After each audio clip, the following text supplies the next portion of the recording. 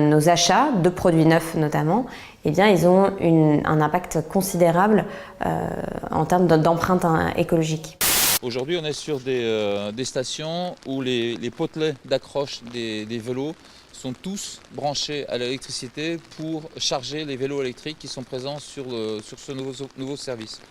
Nous avons un volet agricole avec des moutons. Le projet est né il y a 5 ans. Soutenu par l'ADEME, l'Agence de l'environnement et de la maîtrise de l'énergie, les panneaux photovoltaïques alimentent déjà 4000 foyers martiniquais sur 400 000 habitants que compte l'île.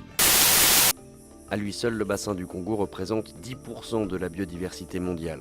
Confronté au réchauffement climatique et à l'extinction des espèces, il est aujourd'hui plus menacé que jamais. Cate Blanchett, la star australienne, vient de lancer avec d'autres actrices la fondation Time's Up, c'est fini en français, un programme doté de 13 millions de dollars pour apporter un soutien juridique aux femmes et aux hommes victimes de harcèlement sexuel au travail.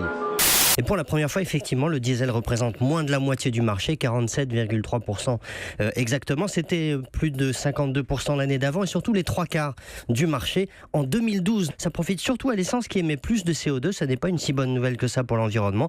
Les ventes de voitures électriques ne représentent en effet que 1,8% du total. L'Allemagne, l'Angleterre, la Belgique, l'Écosse, le Pays de Galles ont aboli la chasse à courre. L'Autriche, la Belgique, le Danemark, l'Estonie, la Finlande, la Grèce, le Luxembourg, les Pays-Bas, la Suède interdisent l'abattage des animaux sans étourdissement lors d'un abattage rituel. Et la France ?